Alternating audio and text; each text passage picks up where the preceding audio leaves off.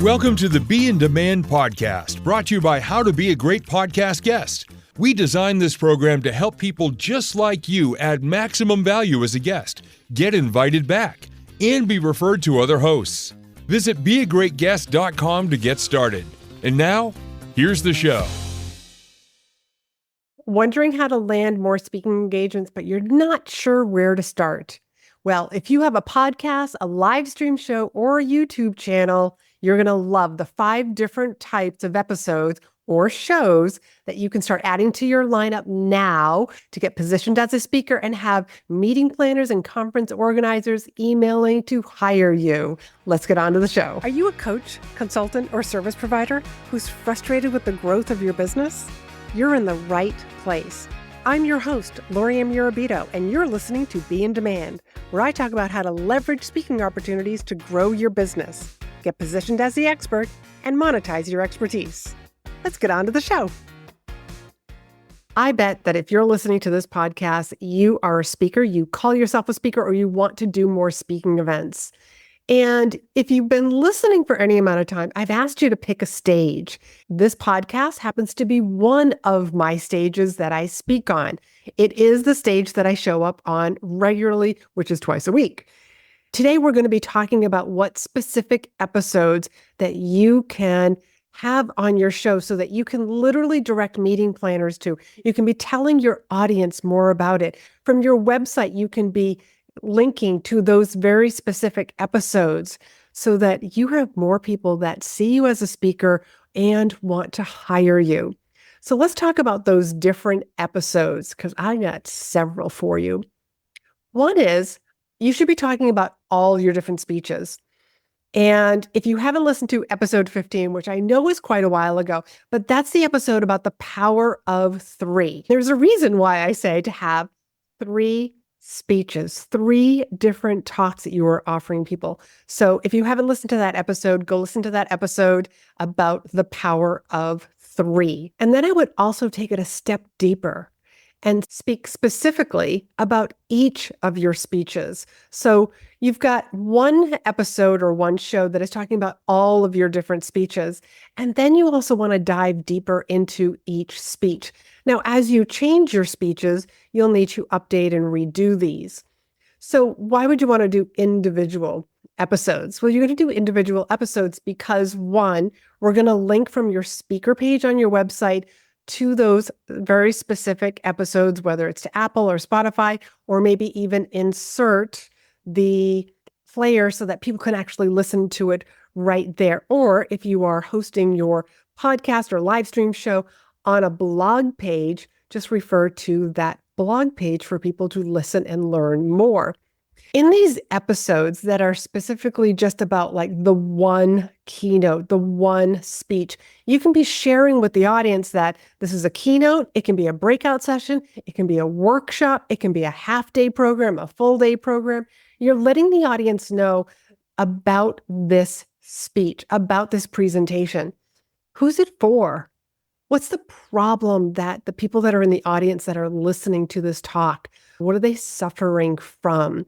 What are some of the results that people get after hearing and being in the audience and hearing this particular talk? And the reason for this is so that whoever is listening can almost feel like, oh, that's me. That's our group. They almost self-qualify themselves. And you're also going to encourage them to reach out to you, book a call with you to discuss their event to see if you're going to be a good fit for their audience and their event. So again, we're going to have one episode that's going to talk about all your different speeches and keynotes. And then you're going to have individual episodes that talk about them. Now, I would also encourage you not to do these all at once. Scatter them throughout so that as people are listening to your episodes, week after week after week, like they're going to hear a little bit here. And then like a month later, they hear something else.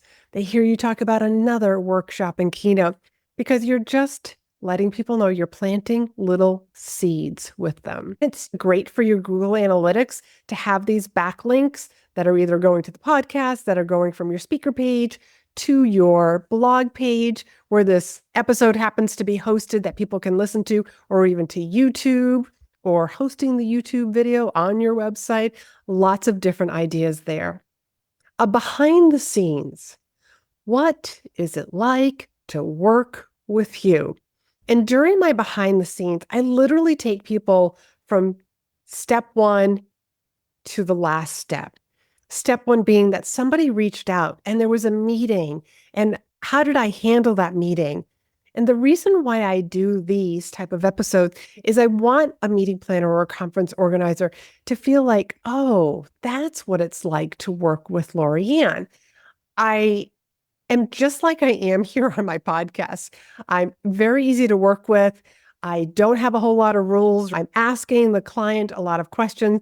I feel like as the speaker, my job is to make my client look like a rock star. So I will always constantly highlight them, even during the presentation, during the keynote speech. But then, like, what happens afterwards? Because I do have a post-event process. And I walk people through, like, this is part of my post-event process. It's getting testimonials and recommendations and having a follow-up meeting, all of those goodies. So if you want to hear a little bit more about this, my behind the scenes, go check out episode 117 or 173. Those are two great behind the scenes. Another one is talking about your framework, your unique framework. And I have spoken about the in-demand methodology, talking about your framework, like the in-demand signature speech. There's a reason why the opening, the authority, the value section, the call to action, the closing, these all work together. They're pieces, they're built in blocks for a very specific reason. And I talk a lot about that. And a client of mine, and this is a long-term goal that we have, we're working on something that is going to happen this fall, where he is attending a conference. And attending that conference, he's going to try to find and meet the event organizers and talk to them about what he could contribute as a speaker next year. So we've already decided what that topic is going to be, and he's going to be creating episodes on it now. So I told him, we don't want just one episode. I would really like it if he would come up with 3 different episodes. They're not going to come out consecutively. It's going to be one here, another one there, another one later on in the year. So we're scattering them out. But also at the same time, the reason why we're doing this is because when he does have that conversation with the meeting planners, he can refer back to, oh yeah, I've done a couple of episodes on this on my podcast, insert name of podcast, and even that one's coming out in a couple of weeks, so that he can really start to get known for this particular topic. And the meeting planners are most likely going to go listen to those episodes, so that actually will help to kind of like fuel the fire to having him next year. And there's still a lot more that we have to do, a lot more information that we're going to have to send, building more relationships with these meeting planners, but it's a start. So if you have a podcast or a live stream show, consider doing some episodes on your framework, on your thought leadership, and scatter them throughout so that it's not just one single episode where you talked about this. I would like to see it multiple times. Never be afraid of talking about the same thing again and again. You have different stories that you can add, different case studies, different analogies, different metaphors, because remember, you don't know where a listener is in their journey. They may just be listening to this topic that you have covered for the 5th or 6th time this year, but they're in a different place and it's a different story that you share, and it just lands differently. It hits them in their heart. They feel like you're talking just to them. And finally, what's it like to work with you? Not just as a speaker, but also like as a coach, a consultant, some of your programs. For myself, there are different ways to work with me. You can work with me one-on-one, and I don't have a whole lot of private one-on-one clients because there's so much that I do in between sessions that I like to make sure that my energy is really going in towards the clients that I do have. For example, when my clients send me Voxers or download some ideas, like I literally am thinking about these ideas as I'm driving from place to place or to the gym, to the grocery store. I just get downloads of hits. And it's that information that I end up sharing with my clients. My goal with my private clients is always that they have my very best full energy. But I have other ways that people work with me in group programs and also start anytime programs. I have the in-demand signature speech program. I've done episodes on that program. As of this summer, it has become available as a start anytime program. And I'll make sure the link to that is down below, because this is a program that if you have to give a keynote speech and you're just like, I just don't have time. I don't have time to work with Laurie-Ann one-on-one. I didn't know that she had a 1 hour pick her brain or an intensive. Those are other ways to work with me. And you can start writing your speech using my methodology, this block method, right away. Because sometimes people have a speech that they have to give that's a little impromptu, it's a little sudden. They don't have months to prepare, they have days or weeks to prepare and put their speech together, and they want to do it in a concise manner and come across as being a professional. So do those working with you, and also bring your clients on. Bring clients who have gone through your program, your one-on-one clients, and have them share their experience, why they hired you, so that your audience that's listening can actually get a feel for being a fly on the wall, feeling what it's like to work with you, and they hear it through somebody else. And I know that this is something else that I have mentioned this tip before during this podcasting series this month, but it's so critically important. Now, I don't do client interviews with every one of my clients, but there are some that I just enjoyed working with them so much that I just had to bring them on to my podcast. And I want them to get that extra kudos, that extra PR that they can be sharing with other people. So just to summarize, the different episodes that you want to start including in your lineup on your podcast, on your live stream show, over on your YouTube channel. You could probably make a playlist of your speeches and what it's like to work with you as a speaker. You want to be talking about all of the 3 different speeches and keynotes that you offer. And remember to add, whether those presentations, whether it's a keynote, it's a workshop, it's a breakout session, it's a half-day program, it's a full-day program, or maybe it can be all of the above.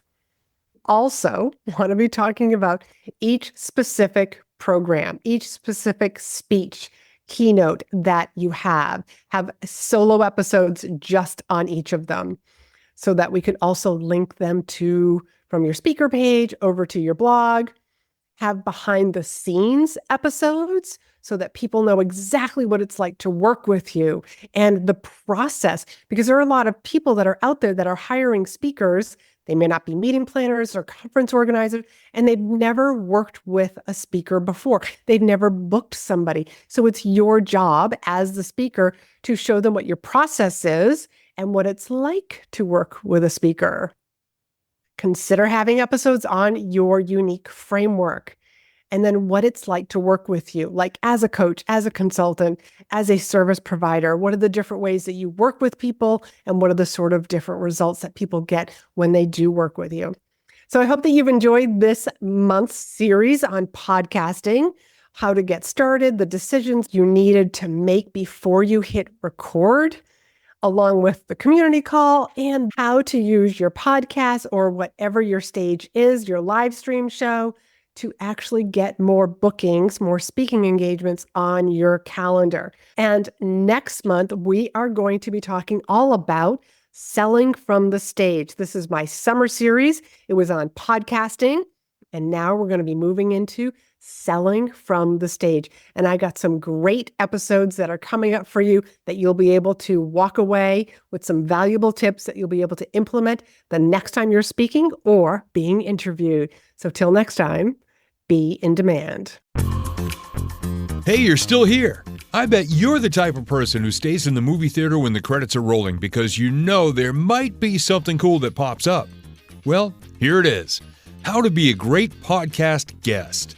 This is the program Laurie-Ann and I created, guiding you step by step through the process of becoming, you guessed it, a great podcast guest. Clever name, right? We have been featured guests on hundreds of shows around the world and have put together all the steps that we take to help you do the same.